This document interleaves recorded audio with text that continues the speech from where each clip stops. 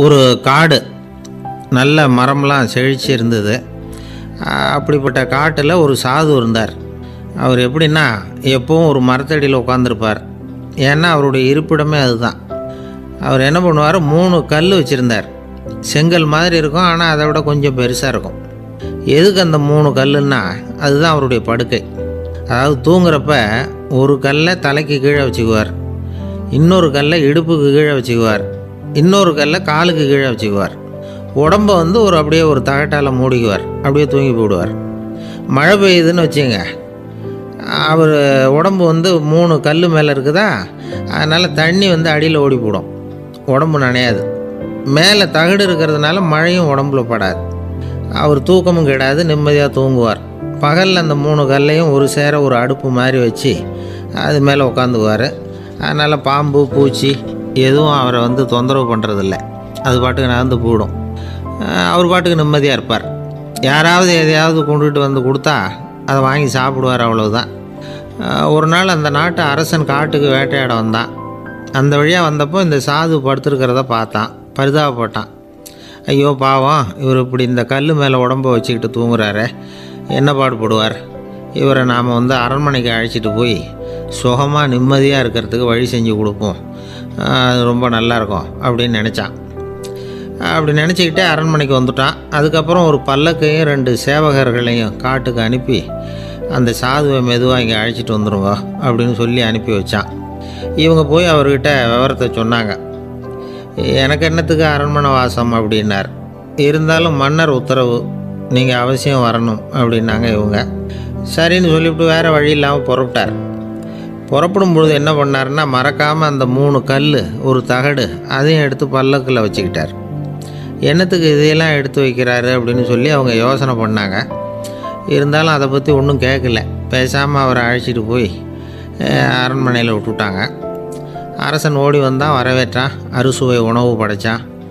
அவர் படுக்கிறதுக்கு தங்க கட்டில், பட்டு மெத்தை, இப்படி எல்லாம் ஏற்பாடு பண்ணி வச்சான். இங்கே படுத்து ஓய்வு எடுத்துங்க அப்படின்னு சொல்லிவிட்டு அவன் பாட்டு போயிட்டான். மறுநாள் காலையில் பார்க்குறான், சாது படுத்துருக்கிறார். எப்படி தெரியுமா, அந்த பட்டு மெத்தை மேலே 3 கல்லையும் வச்சு வழக்கம் போலவே அது மேலே படுத்துருக்கிறார். அதுக்கு மேலே தகடு. அரசன் பார்த்துட்டு அதிர்ச்சி ஆகிட்டான். என்ன சுவாமி இப்படி அப்படின்னா, சாது சொன்னார், எனக்கு தேவையும் இல்லை குறையும் இல்லை, எல்லா இடத்துலையும் எனக்கு ஒரே மகிழ்ச்சி தான் அப்படின்னார். மகிழ்ச்சிங்கிறது தங்க கட்டிலேயோ பட்டு மெத்தையிலேயோ இல்லை, அது மனசில் இருக்கிற ஒரு விஷயம். உண்மையான மகிழ்ச்சிக்கு வழி மனப்பக்குவம் அப்படிங்கிறது அந்த அரசனுக்கு புரிஞ்சுதான். இந்த காலத்தில் ஒரு சாமியார், அவரை தேடி ஒரு சீடன் வந்தான். என்னாச்சு தெரியுமா சுவாமி, எனக்கு நிம்மதி வேணும், அதுக்கு என்ன வழின்னு கேட்டான். சாமியார் நிமிர்ந்து பார்த்தார். அப்புறம் சொன்னார், நீ ஏகப்பட்ட பேர்கிட்ட கடன் வாங்கியிருக்கிற, அதையெல்லாம் திருப்பி கொடுத்தா தான் உனக்கு நிம்மதி கிடைக்கும்னார். இவனுக்கு ஆச்சரியம். அது எப்படி சாமி, அவ்வளவு கரெக்டாக நான் கடன் வாங்கினதை கண்டுபிடிச்சிங்க அப்படின்னா, உனக்கு கடன் கொடுத்து சாமியாராக போனதே நான் தான்ப்பா, அதனால தான் இந்த கதிக்கு வந்தேன். என்கிட்டயே நிம்மதிக்கு வழி கேட்குறிய, அதுதான்டா வேதனை அப்படின்னாராம் அவர். ஒரு குரு, இளம் சீடர்கள் எதிரில் உட்காந்துருக்கிறாங்க. குரு பாடம் நடத்திக்கிட்டு இருக்கிறார். சீடர்களுக்கு ஒரு ஆசை, அதாவது ஒரு முக்கியமான மந்திரத்தை நம்ம குருநாதர்கிட்ட இருந்து கற்றுக்கணும் அப்படிங்கிறது அவங்க ஆசை. அது என்ன மந்திரம்னா, இறந்தவரை உயிர்ப்பிக்கக்கூடிய புனித மந்திரம், அதாவது செத்தவங்களுக்கு மீண்டும் உயிர் உண்டாக்குகிற மந்திரம். குருவே, தயவு பண்ணி அந்த மந்திரத்தை எங்களுக்கு உபதேசிக்கணும் அப்படின்னு கேட்டாங்க. அது ரொம்ப ஆபத்தானது, அது என்னத்துக்கு உங்களுக்கு வேண்டாமேன்னாராம் குரு. எங்களுடைய நம்பிக்கை உறுதிப்படுறதுக்காகத்தான் கேட்குறோம், வேற ஒன்றும் இல்லை அப்படின்னாங்களாம் சீடர்கள். பக்குவப்படாத அறிவுங்கிறது ரொம்ப ஆபத்தானது அப்படின்னாராம் குரு. இது சீடர்களுக்கு புரியல. அது எப்படிங்க பக்குவப்படாத அறிவு ஆபத்தானதுன்னு சொல்கிறீங்க, அப்படின்னா என்ன அப்படின்னு கேட்டிருக்காங்க சீடர்கள். குரு அதுக்கு விளக்கம் கொடுத்தாராம். அந்த மந்திரத்தை எப்போ பயன்படுத்தணுங்கிறது முக்கியம். அதை அறியக்கூடிய ஞானம் ஏற்படுகிற வரைக்கும் அதை தெரிஞ்சுக்காமல் இருக்கிறது தான் நல்லது, இல்லைன்னா ஆபத்துன்னாராம். ஆனால் அந்த சீடர்கள் அதை கேட்குற மாதிரி இல்லை, ரொம்ப பிடிவாதம் பண்ண ஆரம்பிச்சிட்டாங்க. சரி வாங்க சொல்கிறேன்னார் குரு. எல்லாரும் வந்தாங்க. அந்த புனித மந்திரத்தை அவங்களுக்கு ரகசியமாக உபதேசம் பண்ணார். உபதேசம் பண்ணிவிட்டு அவங்களுக்கு எச்சரிக்கையும் கொடுத்தார். இந்த மந்திரத்தை நல்லா ஆராய்ச்சி பார்த்ததுக்கு அப்புறம் தான் உச்சரிக்கணும். அவசரப்பட்டு எதுவும் செஞ்சிடக்கூடாது அப்படின்னு ஒரு தடவைக்கு பல தடவை எச்சரிக்கை கொடுத்தார். சரின்னு சொல்லிவிட்டு அவங்கெல்லாம் மந்திரத்தை கற்றுக்கிட்டு எழுந்திரிச்சு போயிட்டாங்க. ஒரு நாள் அந்த சீடர்கள் எல்லாம் மணற்பாங்கான இடத்துல அப்படியே நடந்து போயிட்டுருக்கிறாங்க. ஒரு பாலைவன பகுதி மாதிரி ஒரு இடம். அங்கே ஒரு இடத்துல எலும்புகள் குவியலாக கிடந்தது. உடனே இந்த சீடர்கள் முன்ன பின்ன யோசிக்காமல் தியானமும் பண்ணாமல் அந்த மந்திரத்தோட பயனை சோதித்து பார்க்கணும் அப்படின்னு நினச்சிக்கிட்டு அந்த மந்திரத்தை உச்சரிக்க ஆரம்பிச்சிட்டாங்க. அவ்வளோதான். உடனே என்னாச்சு தெரியுமா? அந்த எலும்புகள் எல்லாம் ஓநாய்களாக மாறி அவங்கள துரத்த ஆரம்பிச்சுட்டுது. சீடர்கள் எல்லாம் தலைதெறிக்க ஓட ஆரம்பிச்சிட்டாங்க. ஓநாய்களும் விடலை, அவங்கள துரத்தி பிடிச்சி கடித்து கொதற ஆரம்பிச்சுட்டுது. அப்போ தான் அந்த சீடர்களுக்கு குரு சொன்ன அறிவுரையோட அர்த்தம் புரிஞ்சுது. பக்குவப்படாத அறிவு ஆபத்தானது அப்படிங்கிறது. அதனால் இதிலேருந்து நாம் தெரிஞ்சுக்க வேண்டியது என்னென்னா, நாம் நம்ம அறிவை வளர்த்துக்கிட்டால் மட்டும் போதாது, அந்த அறிவை எப்போ எப்படி பயன்படுத்தணும் அப்படிங்கிற பக்குவமும் நமக்கு வரணும். அப்போ தான் வாழ்க்கை நல்லபடியாக அமையும். இல்லைன்னா இடைஞ்சல் தான். இந்த காலத்தில் சில சின்ன பிள்ளைங்களுக்கே அறிவு ரொம்ப பக்குவப்பட்டிருக்குங்கிறத உணர முடியுது. ஒரு சின்ன பையன் பள்ளிக்கூடத்தில் மார்க் லிஸ்ட் கொடுத்தாங்க, வாங்கிக்கிட்டு அவசரமாக வீட்டுக்கு ஓடினான். எதிரில் வந்த ஒருத்தர் கேட்டார், என்ன அவசரம், ஏன் இப்படி வேகமாக ஓடுறேன்னார். எங்கள் அம்மா கிட்ட அடி வாங்கணும், அதுக்காக தான் ஓடுறேன்னா. அடி வாங்கிறதுக்கா இவ்வளவு அவசரம்னார் அவர். அப்படி இல்லைங்க, நான் போகிறதுக்குள்ளே எங்கள் அப்பா வீட்டுக்கு வந்துட்டாருன்னா அவர்கிட்ட அடி வாங்க வேண்டியிருக்கும், அதை அவாய்ட் பண்ணுறதுக்காக இப்படி ஓடுறேன் அப்படின்னு நானான் அந்த பையன். ரொம்ப நாளைக்கு முன்னாடி ஒரு நாள் கோவலன் நாடகம் நடந்தது. எங்கள் மதுரையில் நடந்தது. அதில் ஒரு முக்கியமான கட்டம். கண்ணகி கிட்ட சிலம்பை வாங்கிக்கிட்டு அதை விற்கிறதுக்காக மதுரை நகருக்கு புறப்படுறான் கோவலன். அந்த சமயத்தில் கண்ணகி பாடுற மாதிரி ஒரு நாடக பாடல் நாடக ஆசிரியர் எழுதினது. அது என்ன பாட்டுன்னா, மா பாவியோர் கூடி வாழும் மதுரைக்கு மன்னா போகாதீர் என்று அப்படின்னு ஆரம்பிக்கும் அந்த பாட்டு. இதுதான் அந்த பாட்டு. இதை கண்ணகி மேடையில் பாடின உடனே கூட்டத்தில் சலசலப்பு. நம்ம ஊர்லேயே நமக்கு முன்னாடியே நின்றுக்கிட்டு மா பாவியோர் கூடி வாழும் மதுரை அப்படின்னு சொல்கிறாங்களே, என்ன தைரியம் அப்படின்னு எல்லாம் குழப்பம் பண்ண ஆரம்பிச்சிட்டாங்க. மக்கள் சத்தம் போட ஆரம்பிச்சிட்டாங்க. எதிர்ப்பு குரல் அது பாட்டுக்கு வர வர அதிகமாக போட்டுது. கொண்டுக்கிட்டு வா அந்த நாடக ஆசிரியரை, எழுதுனது யார் அப்படின்னு ஒரே சத்தம், கூச்சல். வேறு வழி இல்லை. மெதுவாக மேடைக்கு வந்தார் அந்த நாடக ஆசிரியர். 4 பக்கத்திலிருந்தும் கேள்வி கணைகள். மக்களை பார்த்து கொஞ்சம் அமைதியாக இருங்கோ அப்படின்னு சொல்லிவிட்டு தன்னுடைய விளக்கத்தை சொல்ல ஆரம்பித்தார் அந்த நாடக ஆசிரியர். மா அப்படின்னு சொன்னால் திருமகளாகிய லட்சுமி அப்படின்னு அர்த்தம். பா அப்படின்னா கலைமகளாகிய சரஸ்வதி. வி அப்படின்னா மலைமகளாகிய பார்வதி. மா பாவியோர் அப்படின்னா திருமகளும் கலைமகளும் மலைமகளும், இவங்க மூவரும் அப்படின்னு அர்த்தம். இந்த 3 பேரும் வாழ்கின்ற மதுரை புனிதம் நிறைந்தது, சகல செல்வங்களும் நிறைஞ்சது. அப்படிப்பட்ட ஊரில் நான் அணிந்து கொள்ளும் இந்த சாதாரண சிலம்பை யார் வாங்கிக்குவாங்க அப்படிங்கிற எண்ணத்தோடு தான் கண்ணகி அப்படி சொல்கிறா. அதை நினச்சி தான் நான் எழுதினேன். ஆகவே மதுரையை ரொம்ப சிரமப்படுத்தணும், ரொம்ப மோசமாக எழுதணும் அப்படிங்கிற எண்ணம்லாம் எனக்கு கிடையாது. பெருமைப்படுத்தணும்னு நினச்சி தான் அப்படி எழுதினேன் அப்படின்னு விளக்கம் கொடுத்தாராம். இந்த விளக்கத்தை கேட்டதும் எல்லாரும் ரொம்ப சமாதானமாயிட்டாங்களாம். இப்படி விளக்கம் கொடுத்த அந்த நாடக ஆசிரியர் யார் தெரியுமா? அவர் தான் தமிழ் நாடக உலகின் முதல் ஆசான் சங்கரதாஸ் சுவாமிகள். அவருக்கு நகைச்சுவை உணர்வும் அதிகம். 1920ஆம் ஆண்டு திருநெல்வேலியில் அவர் தங்கியிருக்கிறார் நாடகம் நடத்துறதுக்காக. அவர் தங்கியிருந்த வீட்டில் கொசு மூட்டை பூச்சி அதிகமாக இருந்திருக்கு. அவரால் தூங்கவே முடியல. அவர் அனுபவித்த தொல்லைகள் ஒரு பாட்டாக உருவாச்சு. வேடிக்கையாக ஒரு பாட்டு எழுதினாராம். மூட்டையும் கொசுவும் ஒரு வீட்டிலே மீட்டிங் போட்டால் முன்னே நிற்க யாரால் முடியும்? கொசு மோகன ராகம் போல சத்தம் போட்டு முன்னே நின்று செய்திடும் யுத்தம். இதை மறுநாள் நாடகத்தில் கோமாளி வேஷம் போட்ட ஒரு சிறுவனை விட்டு பாட வச்சுருக்கார். எல்லாரும் சிரித்து ரசித்தாங்களாம். சங்கரதாஸ் சுவாமிகள் கல்யாணமே பண்ணிக்கல, துறவி மாதிரியே வாழ்ந்திருக்கார். தமிழ் நாடக கலைக்கு தன்னையே அர்ப்பணம் பண்ணிட்டவர் அவர். 1922 நவம்பர் மாதத்தில் ஒரு நாள் புதுச்சேரியில் அவர் வாழ்க்கை முடிஞ்சுது. அப்போ அவருக்கு வயசு 55. சங்கரதாஸ் சுவாமிகள் நாடக ஆசிரியர் மட்டும் இல்லை, மேடை நாடக இயக்குனர், தயாரிப்பாளர், அவரே ஒரு சிறந்த நடிகர். ஒரு தடவை சாவித்திரி நாடகத்தில் இவர் யமதர்மனாக வேஷம் போட்டு நடிச்சிருக்கிறார். நாடகம் பார்த்துக்கிட்டு இருந்த கருவுற்ற ஒரு பெண்மணிக்கு பயத்தினால அங்கேயே குழந்தை பிறந்துட்டு தான். அந்த நிகழ்ச்சிக்கு அப்புறம் இவர் இந்த வேஷம் போடுறப்போலாம் ஜனங்களுக்கு முன்கூட்டியே எச்சரிக்கை கொடுக்க ஆரம்பிச்சிருவாராம். அதாவது அப்படி யாராவது பயப்படுறவங்க இருந்தால் கொஞ்சம் கண்ணை மூடிங்க அல்லது எழுந்திரிச்சு போடுங்கன்னு. நடிப்புன்னா அப்படிலாம் இருக்கணும். இந்த காலத்தில் நடிகர் ஒருத்தர் சொன்னார், சார் நான் இந்த நாடகத்தில் நடிக்கிறப்போ முகத்தில் நவரசங்களையும் காட்டி நடித்தேன், உணர்ச்சிகளை எல்லாம் நல்லா காட்டி நடித்தேன். அப்படி இருந்தும் ஜனங்கள் வந்து கல் எடுத்து மேடையில் வீசிவிட்டாங்க சார் அப்படின்னார். நாடகத்தில் உங்களுக்கு என்ன வேஷம் அப்படின்னு கேட்டாங்க.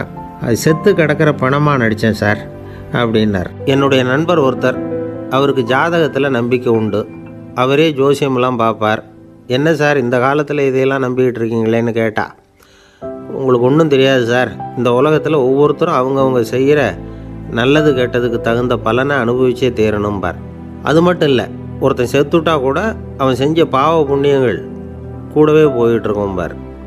அது எப்படி கூட போகும் அப்படின்னு குதர்க்கமாக கேட்டால், அதுக்கு அவர் ஒரு கதை சொன்னார். அது ரொம்ப சுவாரஸ்யமாக இருந்தது. ஒரு ஊரில் ஒருத்தர் இருந்தாராம். அவர் ஜோசியம் பார்க்குறதுல ரொம்ப கெட்டிக்காரரு. ஒருத்தருடைய தலைமுடியை மட்டும் அவர்கிட்ட காட்டினா போதும், அதை மட்டும் பார்த்துட்டு அவருடைய ஜாதகத்தையே சொல்லிவிடுவாராம். அப்பேற்பட்ட திறமை. அந்த ஆள் ஒரு சமயம் கன்னியாகுமரி கடற்கரைக்கு போயிருந்துருக்கிறார். அங்கே கரை ஓரமாக ஒரு மண்டை ஓடு கிடந்திருக்கு. அதை எடுத்து பார்த்துருக்கிறார். அந்த மண்டை ஓட்டை வச்சுக்கிட்டே அதோட ஜாதகத்தை அலசியிருக்கிறார். இந்த மண்டை ஓட்டுக்கு ஒரு ஆசாமி வாழ்க்கையில் ரொம்ப கஷ்டப்பட்டுருக்கிறான், நிறைய கஷ்டத்தை அனுபவிச்சிருக்கிறான், அது தாங்க முடியாமல் தான் கடலில் விழுந்து தற்கொலை பண்ணிகிட்டு இருக்கான் அப்படிங்கிறத அவர் கணிச்சுட்டார். இருந்தாலும் இந்த மண்டை ஓடு இன்னமும் அனுபவிக்க வேண்டியது பாக்கி இருக்குது அப்படிங்கிறதையும் அவர் உணர்றார். அது சரி, ஒருத்தன் வந்து உயிரோடு இருக்கிற வரைக்கும் தானே நல்லது கெட்டதை அனுபவிக்க முடியும். செத்ததுக்கு அப்புறமும் பாக்கி இருக்குன்னா அதை எப்படி அனுபவிக்கிறது? இந்த மண்டை ஓட்டுக்கு இன்னும் கொஞ்சம் பாக்கி இருக்குது அப்படிங்கிறது அவருக்கு புரிஞ்சதே தவிர அதோட அர்த்தம் என்னங்கிறது அவருக்கு சரியாக விளங்கலை. சரி, இதை இன்னும் கொஞ்சம் விவரமாக ஆராய்ச்சி பண்ணி பார்ப்போம் அப்படின்னு நினச்சிக்கிட்டு அதை தன்னுடைய வீட்டுக்கு எடுத்துகிட்டு போயிட்டார். அந்த மண்டை ஓட்டை ஒரு பொட்டியில் வச்சு பூட்டினார். தன்னுடைய தனி அறையில் அதை பத்திரமா வச்சுக்கிட்டார். தினமும் ராத்திரி ஆனதும் தன்னுடைய மனைவியை பார்த்து, நீ போய் பூஜை அறையில் தனியாக படுத்துக்கோ அப்படின்னு சொல்லிவிட்டு, இவர் தினம் ராத்திரி 12 மணிக்கு பொட்டியை திறந்து பார்ப்பார். மண்டை ஓடு அப்படியே இருந்ததே தவிர இன்னும் கொஞ்சம் பாக்கி இருக்குங்கிறதுக்கு அர்த்தம் அவருக்கு விளங்கலை. அந்த மண்டை ஓட்டுக்கு இன்னும் என்ன பாக்கி இருக்க போகுது? இப்படியே ஒரு 10 நாள் போச்சு. அந்த வீட்டம்மாவுக்கு சந்தேகம் வந்துட்டுது. நம்ம வீட்டுக்காரர் நம்மளை தனியாக ஏன் தூங்க சொல்கிறார் அப்படிங்கிற சந்தேகம். உடனே பக்கத்து வீட்டு அம்மா கிட்ட விஷயத்தை சொல்லியிருக்கிறாங்க. அந்த அம்மா உடனே, நீ கவலைப்படாத, நான் கண்டுபிடிச்சி சொல்கிறேன்னு சொல்லிவிட்டாங்களாம். அன்றைக்கி ராத்திரியே ஜன்னல் வழியாக எட்டி பார்த்துருக்குறாங்க. இந்த ஆள் மண்டை ஓட்டை கையில் வச்சுக்கிட்டு அதை திருப்பி திருப்பி அப்படியும் அப்படியும் பார்த்துக்கிட்டு இருந்தது தெரிஞ்சுட்டுது. மறுநாள் காலையில் அவரோட மனைவியை பார்த்தாங்க. ஏம்மா, உன் வீட்டுக்காரருக்கு நீ முதல் மனைவியா 2வது மனைவியா அப்படின்னு கேட்டாங்க. எனக்கு தெரிஞ்ச வரைக்கும் நான் ஒருத்தி தான் அவருடைய மனைவின்னாங்க. அப்படி இல்லை, நீ அவருக்கு 2வது மனைவி. முதல் மனைவியின் மண்டை ஓடு தான் அவர் கையில் இருக்குப்போ, அதை தான் அவர் தினமும் ராத்திரியில் எடுத்து பார்த்துக்கிட்டு இருக்கிறாரு அப்படின்னு விட்டாங்க அந்த அடுத்த வீட்டம்மா. அப்படியா விஷயம்னு சொல்லிவிட்டு கணவன் வீட்டில் இல்லாத நேரமாக பார்த்து அந்த மண்டை ஓட்டை எடுத்து கொண்டாந்து ஒரு உரலில் போட்டு உலக்கையால் குத்தி நொறுக்க ஆரம்பிச்சுட்டுது அந்த அம்மா. வெளியே போயிருந்த அந்த ஆள் அப்போ தான் உள்ளே நுழைஞ்சார். மண்டை ஓடு உலக்கைக்கிட்ட குத்து வாங்கிட்டு இருக்கு. அது அனுபவிக்க வேண்டியது இன்னும் கொஞ்சம் பாக்கி இருக்குது அப்படிங்கிறதுக்கான அர்த்தம் எனக்கு இப்போ தான் புரிஞ்சுதுன்னாராம் அவர். இந்த கதையிலிருந்து நாம் இன்னொரு நீதியையும் புரிஞ்சுக்கணும். அதாவது நம்ம வீட்டை பற்றி நமக்கு தெரியாததெல்லாம் அடுத்த வீட்டுக்காரங்களுக்கு நல்லா தெரியும். ஒருத்தர் ரொம்ப கவலையோடு உட்காந்துருந்தார். எதை பற்றி சார் கவலைப்படுறீங்கன்னு கேட்டோம். எதிர்காலத்தை பற்றி கவலைப்படுறேன்னார். ஏன்னு கேட்டோம். என்ன பண்ணுறதுன்னே தெரியல சார், எதிர்காலம் ஒரே இருட்டாக இருக்குது, பாதையே புரியலன்னார். இன்றைக்கி நம்ம இளைஞர்கள் பல பேருக்கு எதிர்காலம் இருட்டாக தான் தெரியுது. அவங்கெல்லாம் இந்த கதையை கொஞ்சம் கேட்கணும். ஒரு மலை அடிவாரத்தில் ஒரு சின்ன கிராமம். அந்த மலை ரொம்ப உயரமானது. அடர்த்தியாக செடி கொடிகள் மரங்கள் அதில் மண்டி கிடக்குது. பகல் வேளையில் இருட்டாக தான் இருக்கும், அவ்வளோ அடர்த்தி. அந்த மலை உச்சியில் ஒரு கோவில். நாள் ராத்திரியே புறப்பட்டால் தான் காலையில் அந்த கோயிலுக்கு போய் சேர முடியும். கிராமத்து இளைஞன் ஒருத்தன் அந்த மலை உச்சிக்கு போக வேண்டியிருந்தது. கையில் ஒரு விளக்கை எடுத்துக்கிட்டு நாள் ராத்திரியே புறப்பட்டான். புறப்பட்டு போனவன் கிராமத்து எல்லையிலேயே நின்றுட்டான். ஏன் தெரியுமா? அவன் கையில் இருந்த விளக்கோட வெளிச்சம் 10 அடி தூரத்துக்கு தான் தெரியுது. அது வரைக்கும் தான் பாதை தெளிவாக இருக்குது. அதுக்கு அப்பால எல்லாம் ஒரே இருட்டாக இருக்குது, பாதை புரியல. இவன் யோசனை பண்ணி பார்த்தான். மனசுக்குள்ள ஒரு சந்தேகம். 10 அடி தூரம் தானே வெளிச்சம் தெரியுது, அப்படின்னா நாம் 10 அடி தூரம் தானே போக முடியும். அதுக்கும் அந்தாண்ட ஒரே இருட்டாக இருக்குதே, அதில் எப்படி நாம் நடந்து போகிறது? நாம் ரொம்ப தூரம் நடந்து போய் ஆகணுமே. அப்படிப்பட்ட நினப்பெல்லாம் அவனுக்கு வந்துவிட்டது. இதுதான் அவன் மனசில் ஏற்பட்ட தயக்கம். இப்படி யோசிச்சுக்கிட்டே அந்த இளம் ஆசாமி புறப்பட்ட இடத்துலையே நின்றுக்கிட்டு இருக்கிறான். அந்த சமயத்தில் ஒரு வயசான பெரியவர் அந்த பக்கமாக வந்தார். அவர் கையில் இதை விட சின்னதாக ஒரு விளக்கு வச்சுருந்தார். அது எப்படின்னா அது ஒரு 5 அடி தூரத்துக்கு தான் வெளிச்சம் காட்டுது. அவ்வளவு சின்ன விளக்கு. அவரும் மலை உச்சிக்கு போகிறதுக்காக தான் வந்துக்கிட்டு இருக்கிறார். அவரை பார்த்து இவன் கேட்டான், என்ன பெரியவரே, இவ்வளவு சின்ன விளக்கை வச்சுக்கிட்டு அவ்வளவு தூரத்துக்கு எப்படி மலையேற போகிறீங்க அப்படின்னு கேட்டான். நீ ஏன் இப்படி தயங்கிட்டே நிற்கிறேன்னு கேட்டார் பெரியவர். என்கிட்ட இருக்கிற விளக்கு 10 அடி தூரத்துக்கு தான் பாதையை காட்டுதுன்னா. இப்போ பெரியவர் சொன்னார், தம்பி, உன் கையில் இருக்கிற விளக்கு கொடுக்குற வெளிச்சத்தை வச்சு நீ முதல்ல 10 அடி தூரம் முன்னாடி போ. 10வது அடியில் போய் நின்றுக்கிட்டு பாரு, மறுபடியும் ஒரு 10 அடி தூரத்துக்கு பாதை தெரியும். இப்படி உன் கையில் இருக்கிற விளக்கு தொடர்ந்து வெளிச்சம் காட்டிக்கிட்டே இருக்கும். நீ முன்னேற முன்னேற அந்த வெளிச்சமும் முன்னேறும். அதனால் எத்தனை கிலோமீட்டர் தூரம் வேணும்னாலும் நீ இந்த 10 அடி தூரம் வெளிச்சத்தை வச்சுக்கிட்டே நீ போயிடலாம், புறப்படு அப்படின்னார். இப்போ தான் அந்த பெரியவர் சொன்னது இளைஞனுக்கு பளிச்சுன்னு புரிஞ்சுதான். உடனே உற்சாகமாக புறப்பட்டான், உச்சிக்கு போய் சேர்ந்தான். இந்த கதையிலேருந்து நாம் புரிஞ்சிக்க வேண்டியது என்ன தெரியுமா? நீண்ட கால திட்டம் ஒன்று போடும் பொழுது நமக்கு முன்னாடி இருக்கிறத மறந்துட்டு மனசை போட்டு குழப்பிக்க கூடாது. உங்கள் கையில் என்ன இருக்கோ அதுலேயே உங்கள் எதிர்காலம் மறைஞ்சிருக்குது. கண் முன்னாடி தெரியறத வச்சு ஆரம்பிங்க, போக போக வழி தானாக புலப்படும் அப்படிங்கிறார் ஒரு பெரியவர். பெரிய பயணங்களையெல்லாம் இப்படி தான் நடத்த வேண்டியிருக்கும். ஒவ்வொரு அடியாக எடுத்து வச்சா ஓடி போய் சேர்ந்து விடலாம். மலைச்சி போய் நின்றுட்டா நின்றுக்கிட்டே இருக்க வேண்டியது தான். நம்ம ஆள்லாம் ரொம்ப மோசமான இருக்கிறாங்க. ஒருத்தன் அப்படி தான் நீண்ட தூர பிரயாணம் ஒன்று புறப்பட்டான். ரயில் போய்கிட்டே இருந்தது. கொஞ்சம் தூரம் போச்சு, பாதி வழியில் கையில் வச்சுருந்த டிக்கெட்டை காற்றுல விட்டுட்டான். ஐயோ, என் டிக்கெட்டு போயிட்டுதே அப்படின்னு கத்த ஆரம்பிச்சிட்டான். பக்கத்தில் இருந்த பெரியவர் அவனை பார்த்து பரிதாபப்பட்டு, கவலைப்படாத தம்பி, போனால் போகுது, வேறு டிக்கெட் வாங்கிக்கலாம் அப்படின்னு ஆறுதல் சொன்னார். அதுக்கு அவன் சொல்கிறான், சார், நான் அதுக்காக அழலை, அந்த டிக்கெட்டு கிடைச்சா தானே நான் எந்த ஊருக்கு போகணுங்கிறது எனக்கு தெரியும் அப்படிங்கிறான். ஒரு ஊரில் ஒரு ஆள் இருந்தான். அவனுக்கு ஒரே ஒரு மகள். அவளை நல்ல இடத்துல கட்டி கொடுக்கணும்னு ஆசைப்பட்டான். அதுக்காக மாப்பிள்ளை தேடிட்டு இருந்தான். அவன் கொஞ்சம் வசதியான ஆள், அதனால் நிறைய பேர் வந்தாங்க. இருந்தாலும் ஒரு நல்ல குணமுள்ள மாப்பிள்ளையாக இருக்கணும் அவன் எதிர்பார்த்தான். அப்படி இருக்கணும்னு தொடர்ந்து முயற்சி பண்ணான். கடைசியாக ஒரு 3 பேர் கிடைச்சாங்க.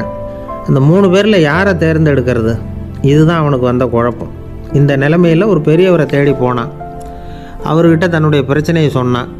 அவர் கொஞ்சம் யோசனை பண்ணார். அதுக்கப்புறம் 3 பேரையும் கூப்பிட்டார். இதை பாருங்கப்பா, உங்கள் 3 பேருக்கும் 3 மாத கால அவகாசம் தர்றேன். நீங்கள் இப்போ போகலாம். 3 மாதம் கழித்து திரும்பி வரலாம். அப்படி வரும்பொழுது இந்த 3 மாத காலத்தில் நீங்கள் செஞ்ச நல்ல காரியம் ஏதாவது ஒன்று சொல்லணும். அதை வச்சு உங்களில் ஒருத்தரை நாங்கள் தேர்ந்தெடுத்துக்கிறோம் அப்படின்னு சொன்னாராம். 3 பேரும் சரின்னு சொல்லிவிட்டு திரும்பி போயிட்டாங்க. 3 மாதம் ஆச்சு. அதுக்கப்புறம் ஒரு நாள் திரும்பி வந்தாங்க. அவர் அவங்கள கூப்பிட்டு உட்கார வச்சார். அப்புறம் கேட்டார், இப்போ சொல்லுங்கள், இந்த 3 மாத காலத்தில் நீங்கள் செஞ்சுருக்கிற ஏதாவது ஒரு நல்ல காரியத்தை சொல்லுங்கள் அப்படின்னார். முதல்ல ஒருத்தன் எழுந்திரிச்சு நின்னான். ஐயா, எங்கள் அப்பா இறந்த பிறகு அவரோட கணக்கு வழக்குகளை எடுத்து பார்த்துக்கிட்டு இருந்தேன். அவர் ஒரு வியாபாரிகிட்ட 10,000 ரூபா கடன் வாங்கியிருக்கிறதாக எழுதியிருந்தார். அந்த வியாபாரியும் இப்போ உயிரோடு இல்லை. இருந்தாலும் அந்த வியாபாரியோட மகனை தேடி கண்டுபிடிச்சேன். கணக்கு புத்தகத்தை காட்டினேன். உங்கள் அப்பா கிட்ட 10,000 ரூபா கடன் வாங்கியிருக்கிறதாக இதை எழுதியிருக்கிறார். அதனால் அதை திருப்பி கொடுக்கறதுக்காக வந்திருக்கிறேன். இந்தாங்க அந்த பணம் அப்படின்னு சொல்லி கொடுத்துட்டு வந்துட்டேன் அப்படின்னு நானாம். இதை பெரியவர் கவனமாக கேட்டுக்கிட்டார். அதுக்கப்புறம் 2வது இளைஞன் எழுந்திரிச்சான். ஐயா, நான் போன மாதம் ஒரு நாள் ராத்திரி வேளையில் ஒரு காட்டுப்பாதை வழியாக எங்கள் ஊருக்கு போய்கிட்டு இருந்தேன். அந்த சமயத்தில் அந்த வழியாக வந்துக்கிட்டு இருந்த ஒரு வழிப்போக்கர்கிட்ட 4-5 திருடர்கள் வம்பு வளர்த்து அவர்கிட்ட இருந்த பொருளை எல்லாம் கொள்ளையடிச்சிக்கிட்டு இருந்தாங்க. நான் உடனே ஒரு குச்சியை எடுத்துகிட்டு ஓடினேன். அந்த திருடர்களை அடித்து விரட்டினேன். பொருளை எல்லாம் மீட்டு அந்த வழிப்போக்கர்கிட்ட ஒப்படைச்சேன். அவரை பத்திரமா அழைச்சிக்கிட்டு போய் அவர் வீட்டில் விட்டுட்டு வந்தேன் அப்படின்னு நானும். இதையும் பெரியவர் கவனமாக கேட்டுக்கிட்டார். அடுத்தபடியாக 3வது இளைஞன் எழுந்திரிச்சான். ஐயா, போன மாதம் ஒரு நாள் நான் ஒரு மலைப்பாதை வழியாக போய்கிட்டு இருந்தேன்.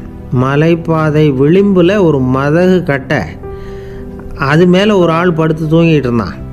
அந்த பக்கம் தவறி உருண்டு விழுந்திருந்தான்னா அதில் பாதாளம். மலையடி வாரத்தில் போய் தான் விழணும், அவ்வளவு பள்ளம். அது தெரியாமல் அவன் பாட்டுக்கு தூங்கிட்டு இருந்தான். நான் உடனே அவன்கிட்ட ஓடி போய் குனிஞ்சு அவன் முகத்தை பார்த்தேன். அப்போ தான் புரிஞ்சுது, அவன் ஏற்கனவே எனக்கு தெரியும், அவனை எனக்கு நிறைய கெடுதல் பண்ணியிருக்கிறான், இடைஞ்சல் கொடுத்தவன். இருந்தாலும் ஐயோ பாவம்னு நினச்சி அவனை எழுப்பி பாதுகாப்பாக வேற ஒரு இடத்துல படுக்க வச்சுட்டு வந்தேன் அப்படின்னு நானா. பெரியவர் இதையும் கேட்டுக்கிட்டார். அதுக்கப்புறம் அவங்க 3 பேரையும் பார்த்து, நீங்கள் போகலாம், நாங்கள் யோசித்து முடிவு பண்ணி உங்களுக்கு சொல்லி அனுப்புகிறோம் அப்படின்னாராம். அந்த இளைஞர்கள் புறப்பட்டு போயிட்டாங்க. அதுக்கப்புறம் அந்த பெண்ணோட அப்பாவை பார்த்து சொன்னார், இந்த 3 பேருமே நல்ல பிள்ளைங்க தான், அதில் ஒன்றும் சந்தேகம் இல்லை. இருந்தாலும் இந்த 3 பேர் செஞ்ச செயல்களையும் ஒப்பிட்டு பார்க்க வேண்டியிருக்கு. முதல் இளைஞன் நேர்மைக்கு எடுத்துக்காட்டாக விளங்குறான்.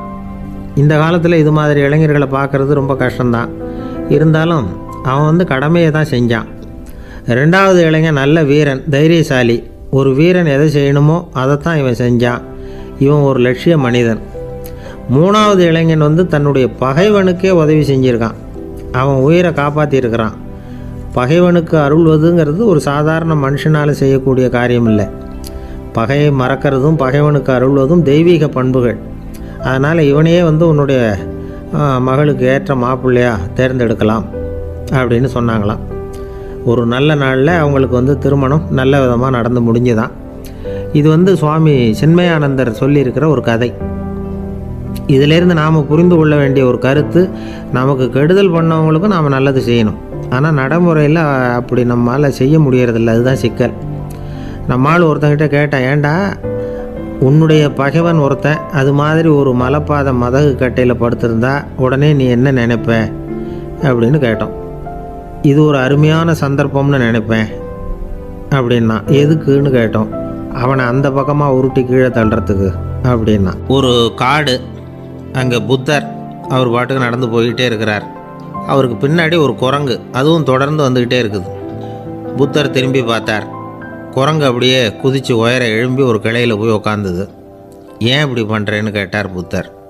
என்னை சாதாரணமாக நினைக்க வேணாம், நான் மகாமந்தி, என்னால் எல்லாம் முடியும், முடியாதுங்கிற வார்த்தையே என்னுடைய அகராதியில் கிடையாது, என்ன வேணும்னாலும் செய்வேன் அப்படின்னுது. அப்படின்னா ஒரு பந்தயம் வச்சுக்கலாமான்னார் இவர். ஓ வச்சுக்கலாமேன்னுது. வேற ஒன்றும் இல்லை, இப்போ நீ மேலே எழும்பி அந்த கிளையில் உட்காந்தது மாதிரி அங்கேருந்து தாவி என் உள்ளங்கையில் உட்காரணும், அவ்வளவுதான் அப்படின்னார். அப்படி உட்காந்துட்டா என்ன பரிசு அப்படின்னு கேட்டது அது. சொர்க்கத்தில் இருக்கிற மாமன்னன் மரகத சக்கரவர்த்தியை என்னோட இருக்கும்படியாக கூப்பிட்டுக்கிறேன். அந்த சமயத்தில் அவருடைய அரியணை அங்கே காலியாகிடும், நீ அதில் போய் உட்காந்துக்கலாம்.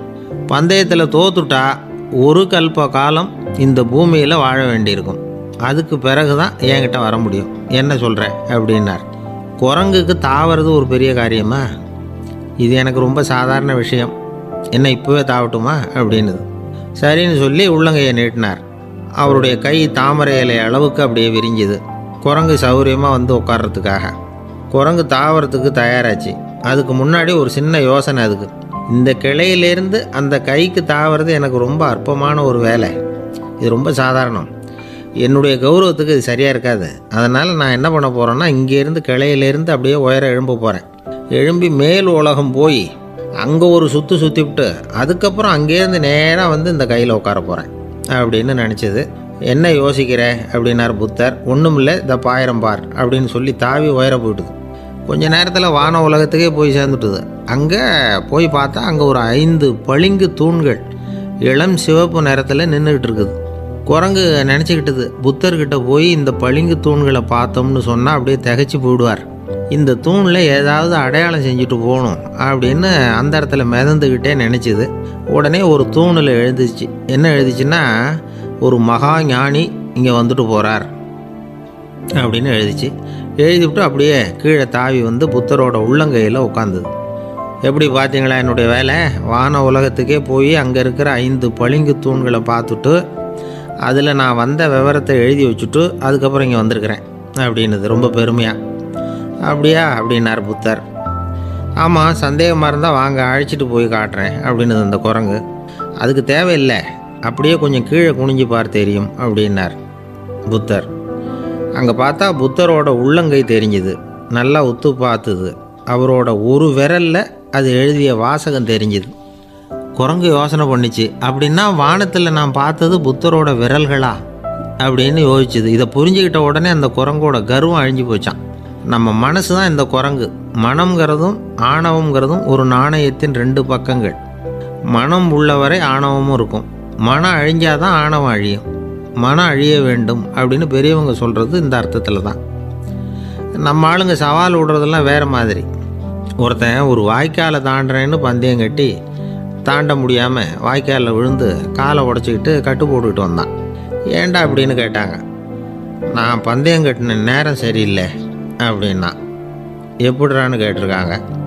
வாய்க்காலில் தண்ணி இருக்கிற நேரமாக பார்த்து பந்தயம் கட்டியிருக்கணும் அப்படின்னானா. ஒரு அம்மா, அவங்களுக்கு 35 வயசு இருக்கும். குடும்பத்தில் எந்த கஷ்டமும் இல்லை. இருந்தாலும் காரணம் இல்லாமல் பிள்ளைங்க பேரில் கோவப்படுறது, எரிஞ்சு விடுறது அவங்க வழக்கம். பிள்ளைங்க அழும். உடனே அவங்க மனசும் சங்கடப்படும். இன்னொரு அம்மா, நல்ல வேலையில் இருக்கிறவங்க, வாரத்துக்கு ஒரு தடவையாவது தலைவலி வந்துடும். இவங்களுக்கெல்லாம் உடம்புல எந்த கோளாறும் இல்லை, மனசு மட்டும் சரியாக இருக்காது. தூக்க மாத்திரை கையில் வச்சுருப்பாங்க. 30-35 வயசுடைய பெண்களுக்கு சர்வசாதாரணமாக காணப்படுகிற மனக்கோளாறு இது. இதுக்கு பேர் மனவாட்டம், டிப்ரெஷன், மனமடிவு அப்படின்னு சொல்லலாம். இந்த நோய்க்கு அறிகுறி என்ன தெரியுமா? மனசில் வருத்தமான உணர்வு இருக்கும். அடிக்கடி அழலாம் போல தோணும். முன்னால எல்லாம் எந்தெந்த செயலில் ஆர்வம் இருந்ததோ அதெல்லாம் குறைஞ்சிரும், அல்லது சுத்தமாகவே ஆர்வம் இல்லாமல் போயிடும். சில பெண்கள் இளம் வயசில் பக்கத்தில் இருக்கிறவங்க கிட்ட கலகலப்பாக பேசுவாங்க, வீட்டை அலங்கரிக்கிறதுல ஆர்வம் இருக்கும். இப்போ அதிலெல்லாம் ஆர்வம் இல்லாமல் போயிடும். எந்த வேலை செஞ்சாலும் சீக்கிரம் களைப்பு அடைஞ்சுடுறது மாதிரி ஆகிடும். நமக்கு யாருமே உதவியாக இல்லை, நம்ம எல்லாரும் கை விட்டுட்டாங்க போல் இருக்குதே அப்படிங்கிற உணர்வுலாம் உண்டாகும். தன்னைத்தானே குறை சொல்லிக்குவாங்க. நாம் தப்பு பண்ணிவிட்டோம் போல் இருக்குதே அப்படின்னு தோணும். குற்றம் பண்ணிட்டதா நினச்சி கஷ்டப்படுவாங்க. பசி இருக்காது, தூக்கத்தில் தொந்தரவு இருக்கும். அடிக்கடி செத்து போடலாங்கிற உணர்வு வரும். தற்கொலை பண்ணிக்கலாங்கிற எண்ணம் உண்டாகும். சில பேர் தற்கொலை முயற்சியில் கூட ஈடுபடுவாங்க. சில பேருக்கு பலவிதமான உடல் வலிகள் இருக்கும், பலவீனம் இருக்கும், சீக்கிரமாக களைப்படைஞ்சு போடுவாங்க. இதெல்லாம் மனவாட்ட நோய்க்கான தன்மைகள். இந்த மனவாட்டம், அதாவது டிப்ரெஷனை 2 வகையாக பிரிக்கலாமா. ஒன்று தானாக உண்டாக்கிக்கிறது, இன்னொன்று எதிர் விளைவை உண்டு பண்ணுகிற அல்லது நரம்பு சம்பந்தப்பட்ட டிப்ரெஷன். தானாக உண்டாக்கிக்கிற மனவாட்ட நோய் இருக்கு பாருங்கள், அதுக்கு ஏதாவது சூழ்நிலை காரணமாக இருக்கலாம், அல்லது இல்லாமலும் போகலாம். மூளையில் டொப்பாமைன் அல்லது செரோட்டோனின் இதோட அளவு குறையும் பொழுது இந்த டிப்ரெஷன் உண்டாகுது. இதுக்கு ஓரளவு பிறவி காரணங்கள் கூட இருக்கலாம். குடும்பத்தில் வேறு சிலருக்கும் வரலாம். பாதிக்கப்பட்ட பெண்ணை பார்க்குறதுக்கு பலவீனமாக தெரியும். கடுமையான குற்ற உணர்வு இருக்கும். தனியாக இருக்கிறதுக்கு ஆசைப்படுவாங்க. நடு ராத்திரியில் எழுந்திரிச்சு உட்காந்து கஷ்டப்பட்டுக்கிட்டு இருப்பாங்க.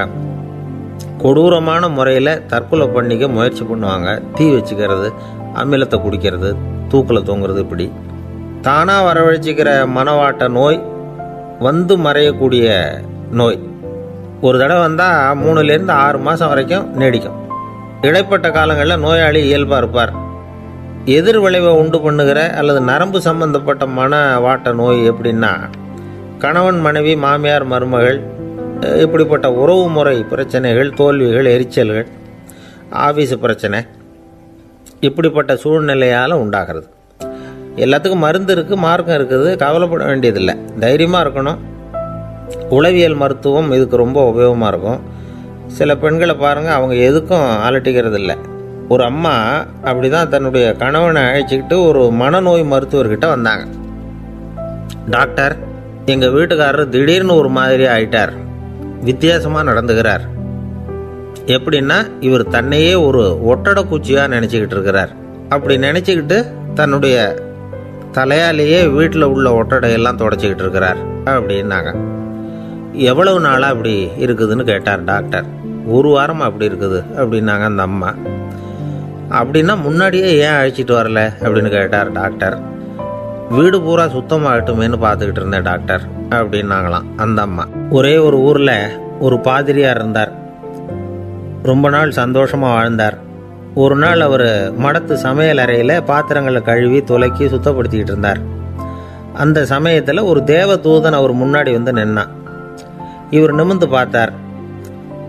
ஆண்டவர் என்னை உங்ககிட்ட அனுப்பியிருக்கிறார், பரலோகத்தில் வாசம் செய்கிறதுக்கு உங்களுக்கு நேரம் வந்துட்டுது அப்படின்னு நான் அந்த ஆள். ஆண்டவருக்கு என்னோட ஞாபகம் வந்ததுக்கு நன்றி. ஆனாலும் இப்போ இங்கே நீயே பாரு, எவ்வளவு பாண்டங்கள் பாக்கி இருக்கு, இவ்வளவையும் நான் சுத்தப்படுத்த வேண்டியிருக்கு. நான் நன்றி கெட்டவனாக இருக்க விரும்பலை. இந்த பணியை முடிக்கிற வரைக்கும் என்னுடைய பரலோக வாழ்வை தள்ளி வைக்க முடியுமா? நீ என்ன நினைக்கிற அப்படின்னு கேட்டார். தேவதூதன் தனக்கே உரிய விவேகத்தோட அன்போட பாதிரியாரை பார்த்தான். சரி, என்ன செய்யலாம்ங்கிறத அப்புறம் சொல்கிறேன் அப்படின்னு சொல்லிவிட்டு புறப்பட்டு போயிட்டான். ஒரு நாள் அந்த பாதிரியார் தோட்டத்தில் உள்ள களைகளையெல்லாம் ஒரு களை கொத்தியால் கொத்தி களை எடுத்துக்கிட்டு இருக்கிறார். அந்த சமயத்தில் இந்த தேவதூதன் மறுபடியும் அவர் முன்னாடி நிற்கிறான். பாதிரியார் பார்த்தார். இதை பாரு, இந்த தோட்டம் பூராவும் எவ்வளவு களை மண்டி கிடக்கு, பரலோகம் கொஞ்ச காலம் எனக்காக பொறுத்திருக்கலாம்னு நீ நினைக்கிறியா அப்படின்னு கேட்டார். தேவதூதன் சிரிச்சுக்கிட்டே மறுபடியும் மறைஞ்சிட்டான். மறுபடியும் அவர் களை எடுக்கிறது, தானிய களஞ்சியத்துக்கு வர்ணம் பூசுறது, இப்படிப்பட்ட வேலைகளில் ஈடுபட்டிருக்கார். இன்னொரு நாள் ஒரு மருத்துவமனையில் நோயாளிகளை கவனிச்சுக்கிட்டு ரொம்ப தீவிரமாக இருக்கிறார் அந்த பாதிரியார். ஒரு நோயாளியோட தாகத்துக்கு தண்ணீர் கொடுத்துட்டு நிமிர்ந்து பார்க்குறப்போ தேவதூதன் மறுபடியும் அவர் முன்னாடி நிற்கிறான். இந்த தடவை பாதிரியார் தன்னலமற்றவராக பேரன்பை காட்டக்கூடிய வகையில் தன்னுடைய 2 கைகளையும் உயர்த்தியபடி தேவதூதனின் கவனத்தை பிணியால் வாடக்கூடிய நோயாளிகளின் பக்கம் திருப்பினாராம். தேவதூதன் ஒன்றும் சொல்லலை, மறைஞ்சிட்டான். அன்னைக்கு சாயந்தரம் பாதிரியார் மடத்தில் உள்ள தன்னுடைய அறைக்கு போய் இளைப்பாறினார். யோசித்து பார்த்தார். தேவதூதனையும் தேவதூதனின் விருப்பத்தையும் பல நாள் தள்ளி போட்டு வந்ததையும் அவர் ரொம்ப நினச்சி பார்த்தார். திடீர்னு தான் முதுமை அடைகிறதையும் சோர்வு அடைகிறதையும் உணர்ந்தார். ஆண்டவரை நினச்சார். ஆண்டவரே, உம்முடைய தூதனை மறுபடியும் என்கிட்ட அனுப்புனா நான் சந்திக்கிறதுக்கு ஆவலாக இருக்கேன் அப்படின்னு சொல்கிறப்பவே தேவதூதன் பக்கத்தில் நின்னான். பாதிரியார் நிமிர்ந்து பார்த்தார். நீ இப்போவே என்னை அழைச்சிக்கிட்டு போக விரும்பினா நான் பரலோகத்துக்கு வர்றதுக்கு தயாராக இருக்கேன்னார். தேவதூதன் அந்த பாதிரியாரை அன்போடவும் விவேகத்தோடவும் பார்த்து, நீங்கள் என் கூட பரலோகத்துக்கு வர்ற தயாராக இருக்கிறதா சொல்கிறீங்க, ஆனால் நீங்கள் இது வரைக்கும் வேறு எங்கே இருந்ததா நினைக்கிறீங்க அப்படின்னாலும். அப்படின்னா இது வரைக்கும் இருந்த இடம்தான் பரலோகம் அப்படிங்கிறத உணர்த்தியிருக்கிறான். பரலோகம்னா என்னென்னு புரிஞ்சுக்கிறதுக்கு இந்த சம்பவம் நமக்கு உதவியாக இருக்குது.